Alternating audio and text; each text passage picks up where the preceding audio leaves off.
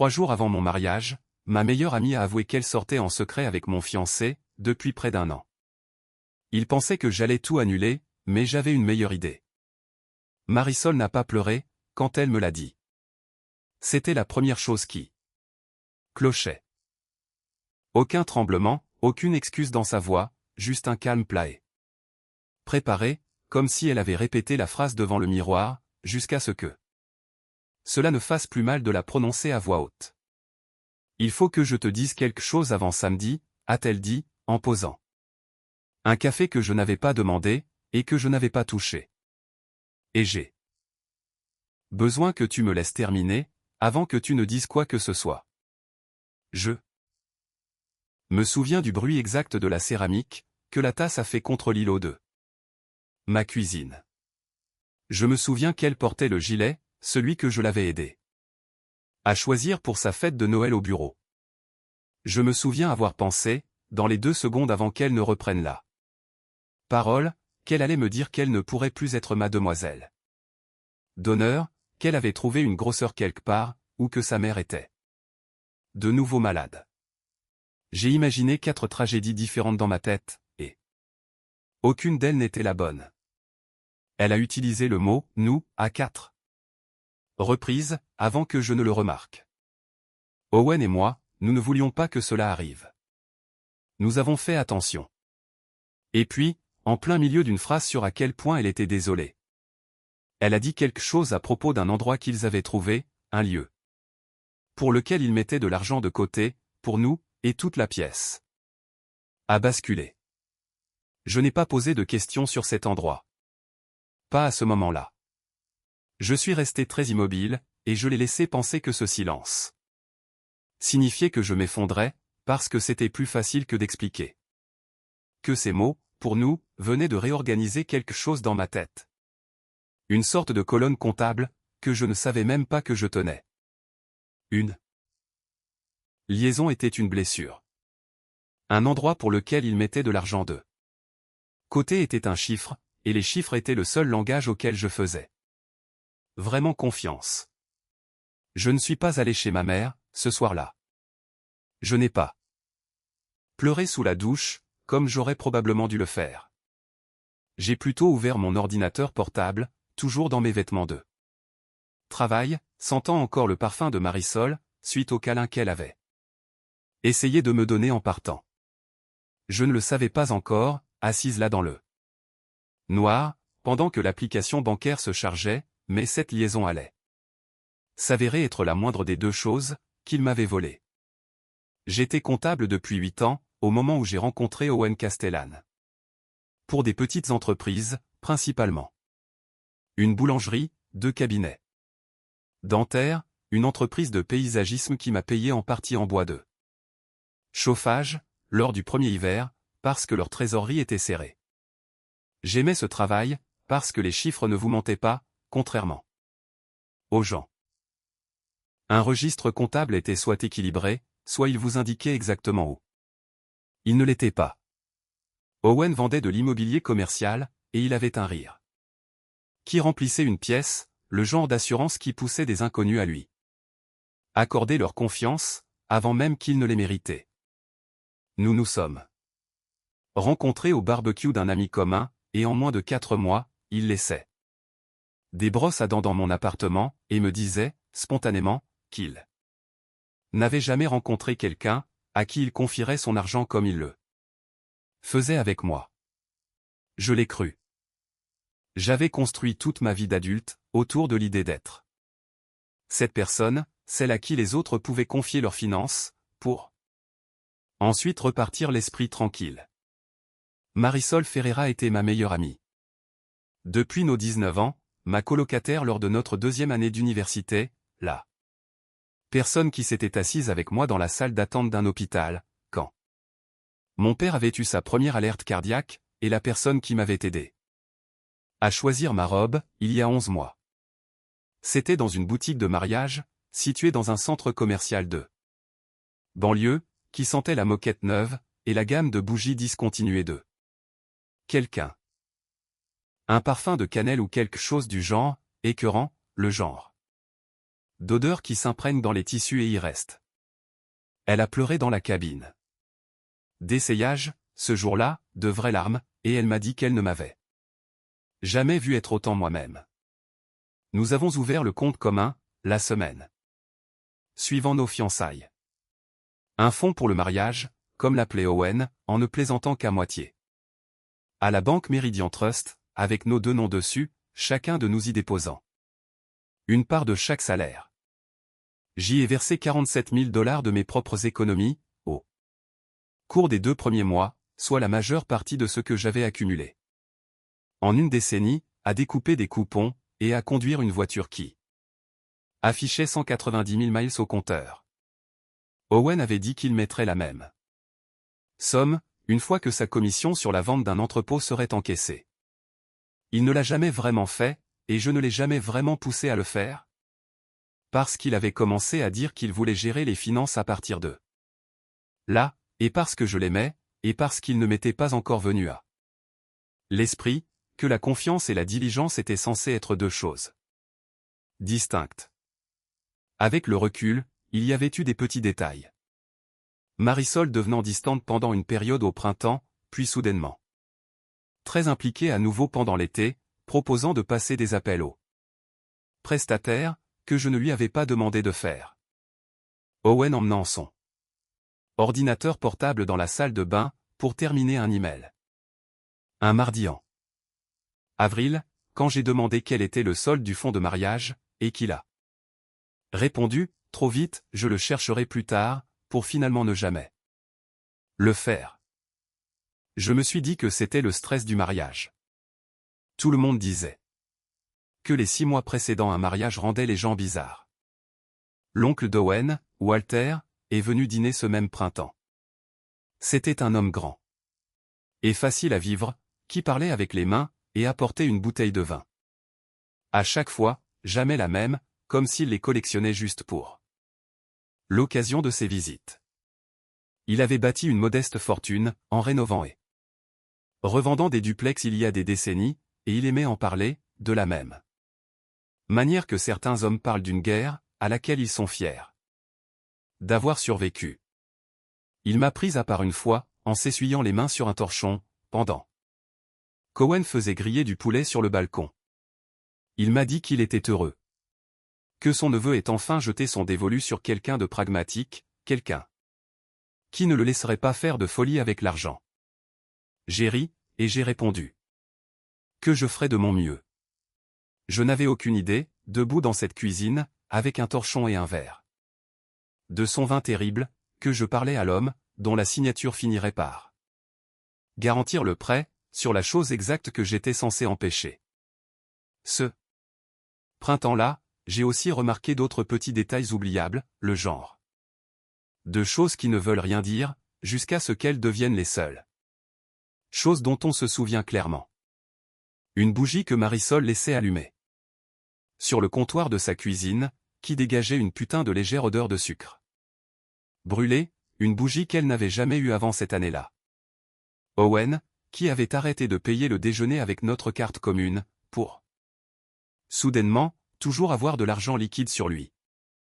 Une coque de téléphone fissurée, qu'il a remplacée 2 fois en 2 mois, sans jamais donner d'explication. Rien de tout cela ne ressemblait à des preuves, à ce moment-là. Cela semblait juste être la vie qui continuait à se dérouler autour de moi.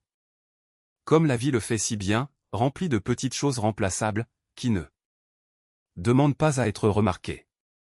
L'application bancaire a mis 40 secondes à se charger, et pendant ces 40 secondes, je me suis dit que je faisais un drame, que j'allais trouver un compte normal, avec un solde normal, et aller me coucher humilié, mais solvable. Puis, l'historique des transactions est apparu à l'écran, et je me suis dit quelque chose de différent. Un virement récurrent, de 2500 $, effectué le 3/2.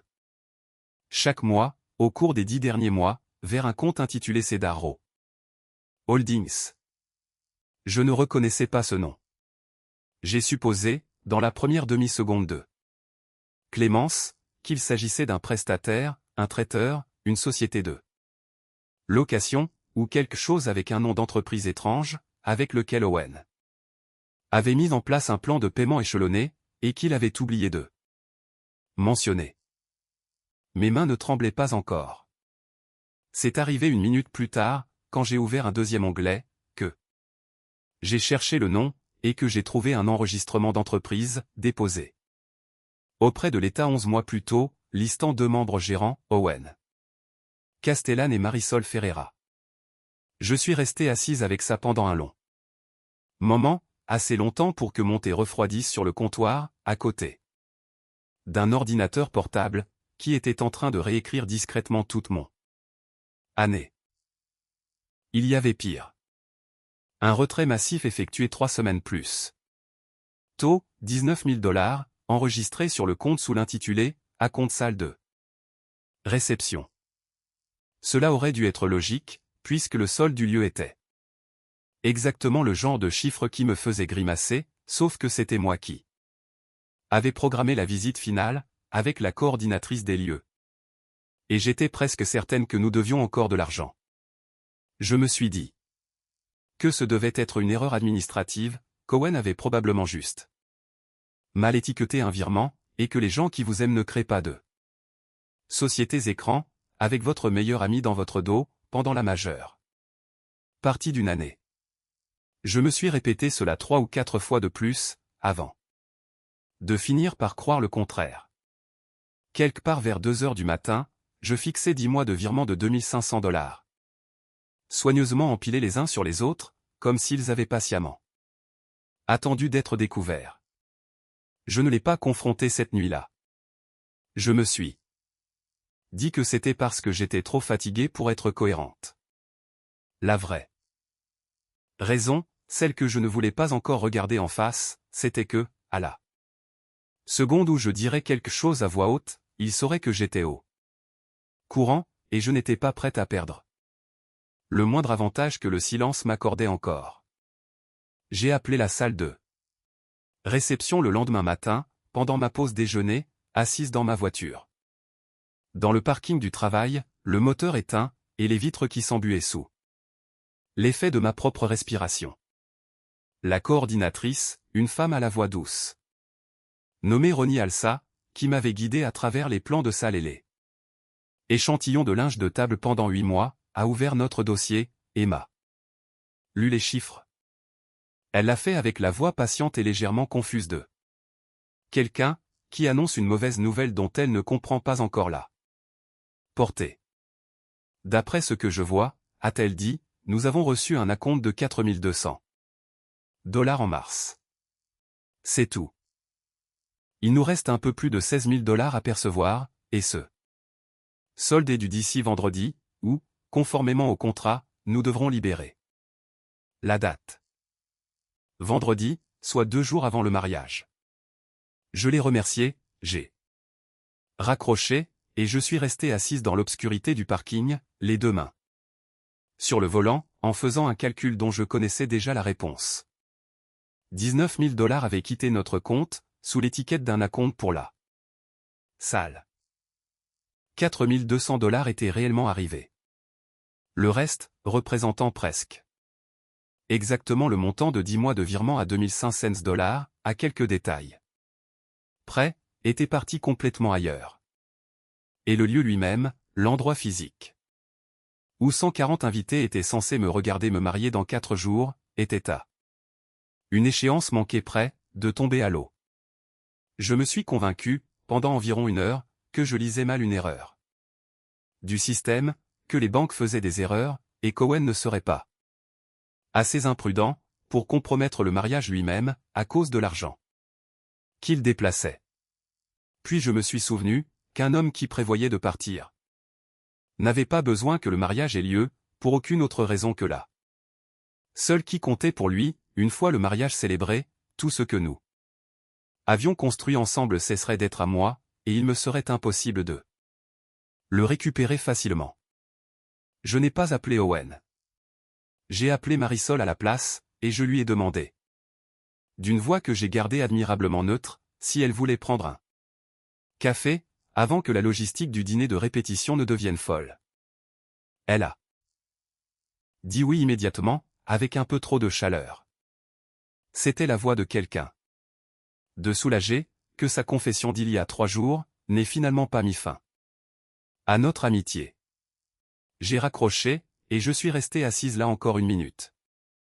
L'estomac noué, et je me suis rappelé que le but de la conversation n'était pas de trouver du réconfort, mais d'obtenir des informations.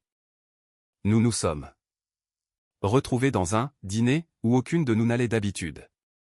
Un endroit que j'avais choisi exprès, avec des banquettes en vinyle, et une serveuse qui ne connaissait aucun de nos noms. Marisol a commandé un thé qu'elle n'a pas bu, et s'est excusée 2 fois de plus, avant même que je n'aie pu lui dire bonjour. Je l'ai laissé faire.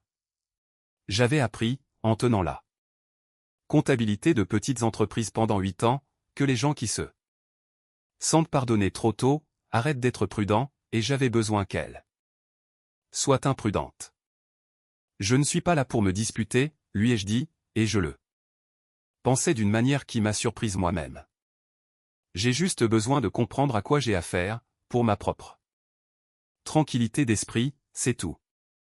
Elle a parlé pendant 20 minutes, de la façon dont cela avait commencé doucement, pendant une période où Owen et moi nous disputions au sujet des frais du mariage, et comment elle avait simplement été là. Elle a parlé de la culpabilité qu'elle ressentait, sur le fait qu'elle n'avait jamais voulu que ses sentiments se transforment en quelque chose de réel. Et puis, se faufilant à travers ses excuses comme une veine dans le marbre, est arrivé le détail pour lequel j'étais vraiment venu.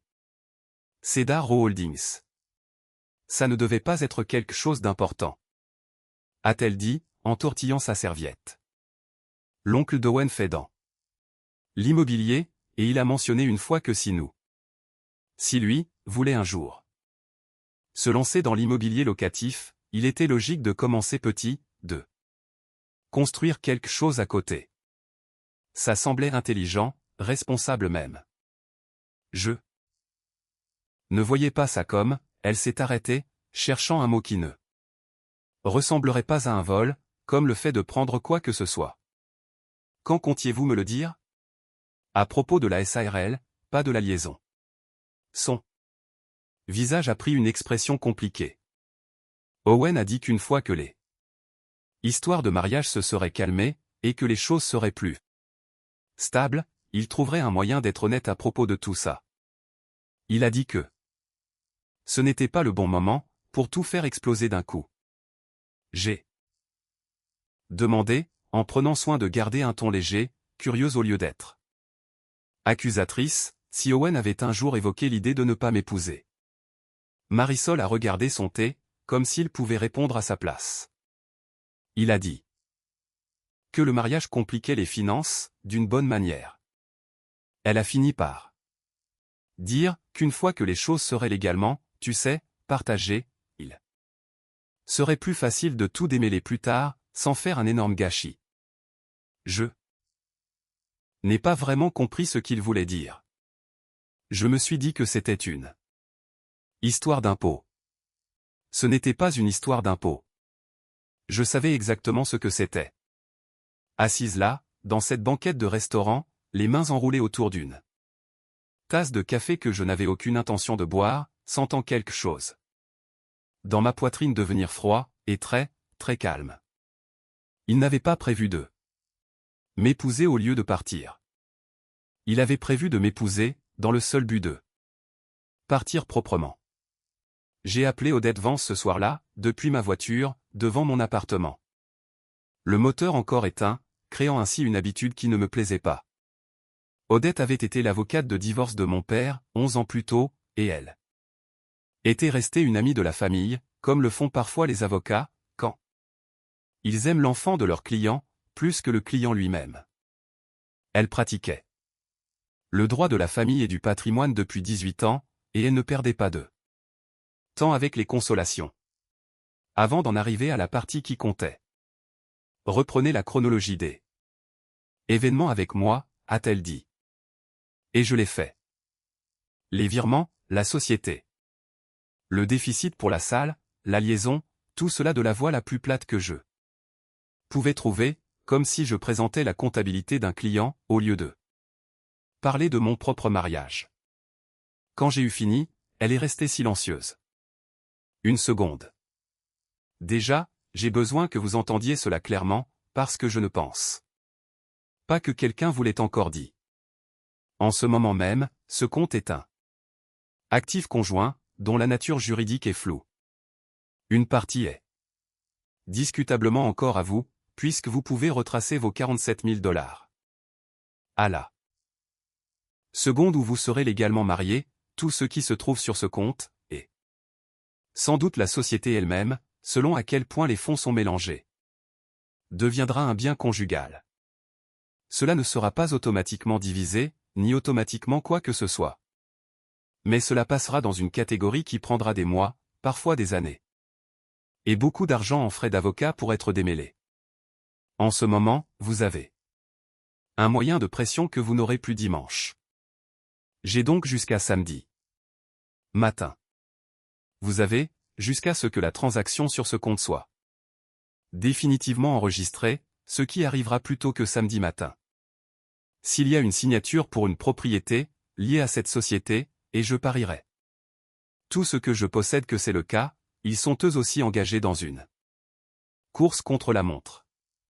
La différence, c'est qu'ils savent exactement ce que dit l'horloge, et vous venez tout juste de le découvrir. Je suis resté assise dans ma voiture sombre, le téléphone collé à l'oreille, et j'ai compris, pour la première fois depuis le restaurant, qu'il ne s'agissait plus d'un chagrin d'amour. C'était une date butoir, et ce n'était pas moi qui l'avais fixée. Odette avait un expert comptable judiciaire en qui elle avait confiance. Un homme à la voix douce et exigeant, nommé Desmond Okafor, qui avait passé 12 ans à démêler exactement ce genre de choses, pour des cas de divorce et de fraude commerciale. Il m'a appelé 2 jours plus tard, soit la veille du mariage. Avec ce genre de calme, qui ne vient que lorsqu'on a vu bien pire.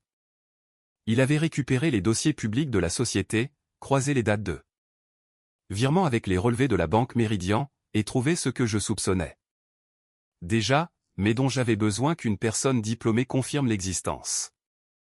Cedar Holdings avait un compromis de vente signé, pour une propriété locative de 3 logements, située sur Alder Street. La signature définitive était prévue pour le lundi suivant mon mariage, soit 2 jours après que je sois légalement marié, 51 heures après avoir dit « oui ». Il y a encore une chose, a dit Desmond, et je pouvais l'entendre ouvrir un autre document. Le prêt de construction pour l'apport initial. Il nécessitait un garant. La société est trop récente pour obtenir un prêt. Quelqu'un, avec un historique de crédit solide et des actifs, a co-signé. Qui? Un certain Walter Castellan. En fait, j'ai éclaté de rire. Un rire bref, un son qui m'a moi-même surprise. Walter était l'oncle d'Owen, un promoteur immobilier semi-retraité, le genre d'homme stable et très apprécié, qui m'avait prise dans ses bras à Thanksgiving, et m'avait dit avec une sincérité totale, qu'il était heureux qu'Owen ait enfin trouvé quelqu'un qui avait la tête sur les épaules. Walter avait mentionné, il y a des mois de cela autour d'une part de tarte, qu'il aiderait Owen à mettre un pied dans l'immobilier locatif, une fois que nous serions installés. C'était pratiquement comme un cadeau de mariage, un coup de pouce pour nous deux. Il n'avait pas co-signé un prêt, pour la propriété d'investissement de son neveu. Il avait co-signé un prêt, en croyant qu'il m'aidait à construire un avenir.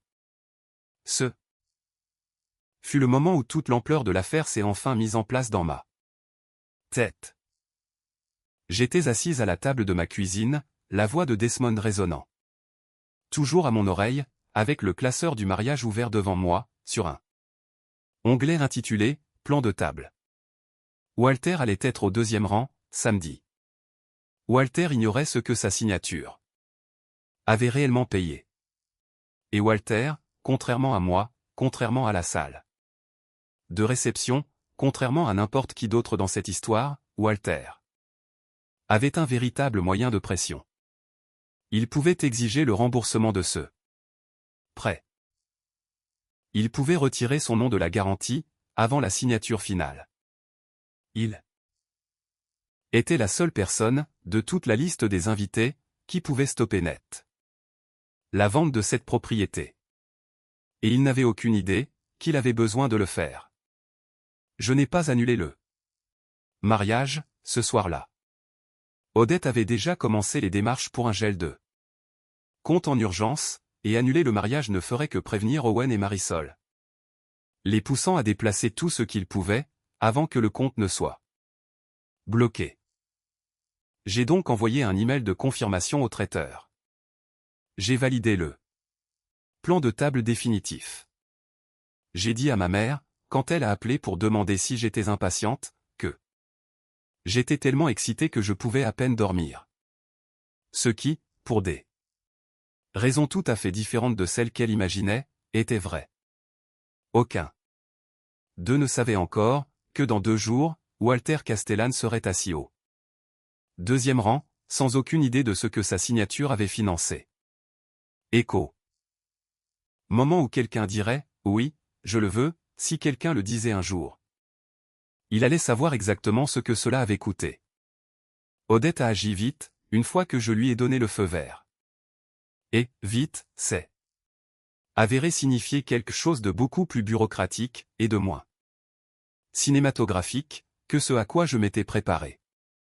Beaucoup d'attentes à côté de mon téléphone, pendant que d'autres personnes faisaient des choses que je ne pouvais pas voir. Elle a déposé une demande d'ordonnance d'urgence, ex parte, le matin précédant le mariage, en invoquant la dilapidation d'actifs conjugaux. En prévision d'un mariage, avec le rapport d'expertise de Desmond, joint en tant que pièce à conviction. Une juge aux affaires familiales, nommée Amara Soli, a examiné le dossier 7 après-midi là, et a signé le gel temporaire du compte Meridian Trust, à 16h40. Pas d'audience, aucun préavis envoyé à Owen.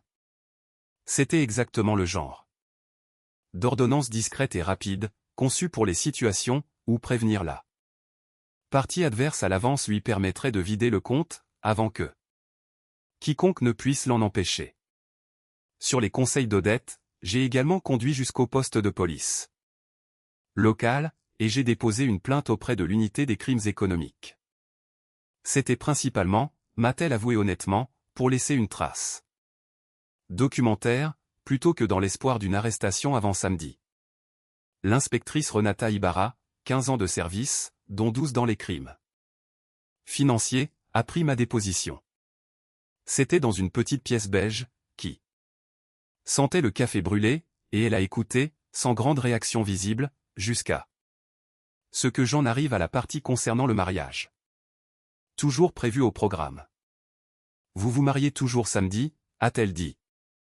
Sans que ce soit tout à fait une question. Je me tiens toujours devant les gens samedi, ai-je répondu, ce qui se passera après, dépend de ce que votre unité, et mon avocate, pourront accomplir d'ici là. Elle m'a observé pendant une seconde, d'une manière qui m'a donné l'impression d'être évalué, plutôt que jugé. La plupart des gens qui s'assoient en face de moi sur cette chaise veulent tout faire exploser, à la seconde où ils découvrent la vérité. Vous voulez chronométrer la chose. J'ai passé 8 ans à trouver la minute exacte où les comptes d'une entreprise ont cessé d'être équilibrés, lui ai-je dit. Je sais comment attendre le chiffre qui compte vraiment. Elle m'a donné sa carte, et m'a dit que le rapport serait versé au dossier, et recoupé avec l'enregistrement de la société. Puis, elle a dit quelque chose, auquel je me suis accroché pendant les 36 heures suivantes. Elle m'a assuré que des virements non autorisés de cette ampleur, aussi documentés, et aussi constants, n'étaient pas le genre de chose à rester longtemps une affaire civile, une fois que le bureau du procureur aurait jeté un œil à la piste des documents. Ce n'était pas une promesse. C'était plutôt un fait, et après avoir eu l'impression, pendant 4 jours, que le sol se dérobait sous mes pas, un fait était la chose la plus solide que j'ai ressentie. Pendant ce temps, Desmond continuait à monter le dossier en toile de fond. il a récupéré le compromis de vente de Halde Street, les instructions de dépôt fiduciaire, ainsi que la garantie de prêt, avec le nom de Walter figurant à la page 4.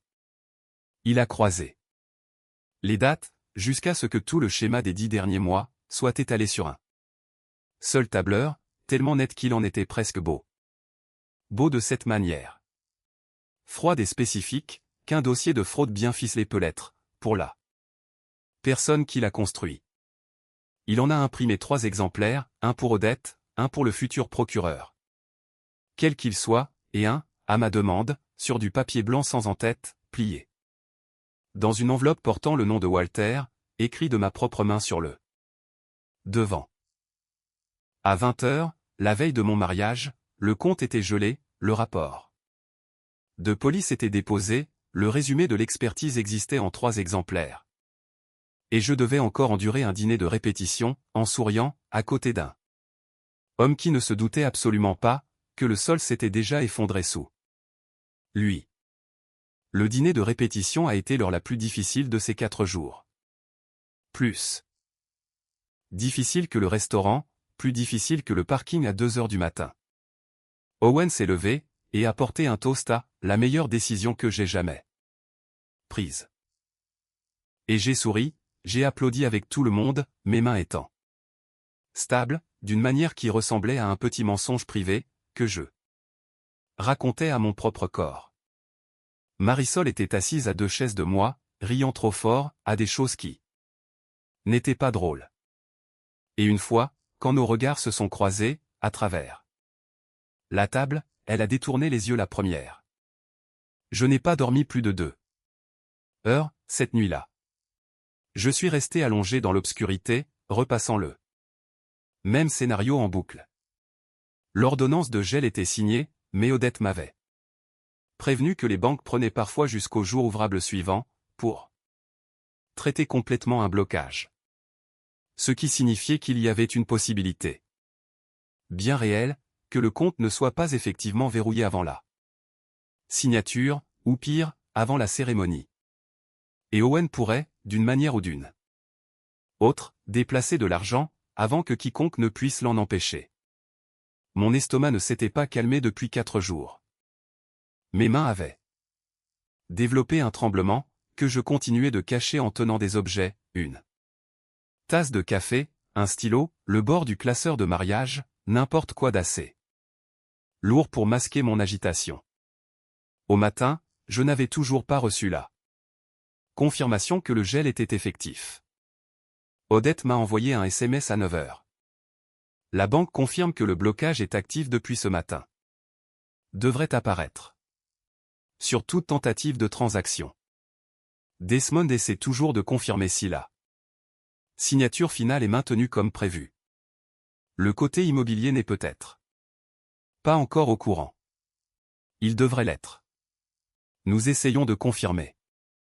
J'ai lu le message 4 fois, debout en jupon devant le miroir. Ma mère s'affairait avec les boutons dans le dos de ma robe, me demandant si j'étais nerveuse, si j'avais besoin d'eau, ou si je voulais qu'elle court chercher quelque chose de bleu dans la voiture. J'avais un choix devant moi, dont personne d'autre dans cette pièce ne soupçonnait l'existence. Je pouvais dire quelque chose maintenant, tout arrêter. Ici, en privé, avant même d'enfiler la robe, avant que quiconque n'ait à assister à un règlement de compte public. Je pouvais laisser le gel des comptes faire son travail, silencieux et sans glamour, pendant qu'Owen et Marisol s'enfuiraient, quelque part où je ne pourrais pas les voir. Ou bien, je pouvais marcher jusqu'à l'hôtel, sans savoir avec certitude si l'argent était réellement en sécurité, et utiliser ce moment unique, où chaque personne concernée serait réunie dans la même pièce, y compris Walter, pour forcer la vérité à éclater au grand jour. Un moment où aucun d'eux ne pourrait déformer les faits par la suite. J'ai réfléchi, debout pendant que ma mère remontait la fermeture éclair d'une robe, que j'avais cessé d'être sûr de vouloir porter. Je me demandais si, en choisissant la seconde option, cela faisait de moi quelqu'un d'exactement aussi calculateur que ces deux personnes qui avaient passé 10 mois à me mentir. J'ai décidé que je n'avais pas le temps de répondre pleinement à cette question, et que je préférais vivre en étant calculatrice, plutôt que de vivre en les ayant laissés gagner, à cause de la panique. Ça va aller, ai-je dit à ma mère. Et pour la première fois en 4 jours. Une petite partie de cette phrase était réellement vraie. La cérémonie a commencé à l'heure. Owen avait l'air imperturbable à l'hôtel, les mains jointes, affichant cette même assurance impressionnante, pour laquelle j'avais craqué 2 ans plus tôt. Une assurance qui, à mes yeux aujourd'hui, ressemblait davantage à du soulagement, le soulagement d'un homme, qui pensait qu'il s'en était presque tiré à bon compte. Walter était assis exactement là où le plan de table l'avait placé, au 2e rang, dans un costume bleu, rayonnant de cette fierté toute particulière, d'un homme qui croyait avoir aidé à construire quelque chose de bien. L'officiante a prononcé son discours d'ouverture, les lectures, puis elle est arrivée à la partie, où elle me demandait si je prenais Owen pour mari. Je n'avais presque rien répété pour ce moment précis, à l'exception du fait que je n'allais pas prononcer les mots que j'avais préparés. Avant de répondre à cela, ai-je dit, assez fort pour que ma voix porte, plus assuré que je n'aurais pu l'espérer. Il y a quelque chose que tout le monde dans cette pièce mérite de savoir, et plus particulièrement la personne qui a co-signé le prêt de la propriété, pour laquelle il prévoyait de finaliser l'achat lundi. La pièce n'est pas devenue silencieuse, elle a plutôt changé de température. J'ai vu le visage d'Owen passer par 3 états, en moins de 2 secondes. La confusion, puis une lueur de compréhension, et enfin, quelque chose qui s'est effondré derrière ses yeux. J'ai vu la main de Marisol se porter à sa bouche. J'ai vu le sourire facile et fier de Walter vaciller, pour laisser place à la stupéfaction. Et puis, j'ai continué à parler, Cedar Holdings, les 10 mois de virement, le déficit pour la salle de réception, le compte gelé, jusqu'à sa propre signature sur la page 4 d'un prêt, qu'il croyait être un cadeau de mariage. J'ai regardé son expression se crisper, pour se transformer en toute autre chose. Pour nous, ai-je dit, en laissant la phrase planer une seconde, observant Marisol tressaillir, en entendant ses propres mots lui être renvoyés. C'est comme ça que tu l'as appelé, ce premier soir, quand tu m'as parlé de la propriété. J'ai pensé à cette phrase pendant 4 jours. Alors, voici ce qui est vraiment pour nous, vous tous, ici et maintenant. La vérité, exposée au grand jour, avec un compte bancaire déjà gelé par ordonnance du tribunal, et un rapport de police déjà déposé. Je ne signerai rien de plus pour m'engager dans un mariage construit de toutes pièces, dans le but de m'empêcher de récupérer mon propre argent. Owen a essayé de m'interrompre, à 2 reprises. Mon avocat, a-t-il commencé. C'est de la folie, on peut en parler en privé. Mais j'ai laissé Odette, qui était assise au 4e rang, avec l'enveloppe blanche préparée par Desmond déjà en main, se lever et la remettre directement à Walter, au lieu de discuter avec lui. J'ai observé le visage de Walter pendant qu'il lisait. Je l'ai vu se lever, au beau milieu de la cérémonie, devant 140 invités, et dire, d'une voix devenue complètement neutre, qu'il appellerait son avocat concernant la garantie du prêt, avant même d'avoir quitté le parking. La vente de la propriété n'a jamais été finalisée. Cedar Holdings a fait défaut sur le compromis de vente 2 jours plus tard, lorsque Walter a officiellement retiré sa garantie, et le vendeur a conservé l'indemnité d'immobilisation. De l'argent qui, selon la comptabilité ultérieure de Desmond, provenait également du compte commun. Owen a été discrètement licencié de son cabinet, dans le mois qui a suivi, une fois que son courtier gérant a appris qu'une enquête pour fraude, en cours, portait son nom. L'immobilier commercial est un petit monde, et les petits mondes colportent efficacement les rumeurs. Marisol a perdu son poste dans l'agence de marketing où elle travaillait, une fois que l'histoire, inévitablement, est arrivée. Jusqu'à eux, par l'intermédiaire de connaissances communes. Le dossier de l'unité des crimes économiques, bâti sur le tableur de Desmond, et le rapport de l'inspectrice Ibarra, a été transmis au bureau du procureur, pour être examiné. Pour des chefs d'accusation de fraude électronique, et d'exploitation financière. Odette m'a dit, plus tard, qu'une négociation de peine était l'issue la plus probable, étant donné la quantité de preuves écrites. Bien que l'affaire avance toujours plus lentement que nous le souhaiterions toutes les deux. J'ai récupéré 38 000 $ sur les 47 000 $ que j'avais investis, une fois le compte gelé, démêlé, et le déficit de la compte de la salle pris en compte. Le reste a été perdu en frais de justice, en perte de l'indemnité d'immobilisation, et en acompte versé aux prestataires, pour un mariage qui n'a jamais eu lieu. Jean et assumé le coup et je ne me suis pas battu, parce que j'avais appris que certains chiffres ne valaient pas la peine d'être poursuivis jusqu'au bout. J'ai gardé mon nom. J'ai gardé mon sang-froid, la plupart du temps, de cette façon bien spécifique qui vient du fait d'avoir contrôlé la situation, au lieu de l'avoir subie. J'ai perdu un fiancé et une meilleure amie dans la même après-midi, et aucune comptabilité, aussi nette soit-elle, ne pouvait ramener cette colonne à un équilibre parfait. Je ne suis pas resté pour la réception, qui n'allait de toute façon jamais avoir lieu.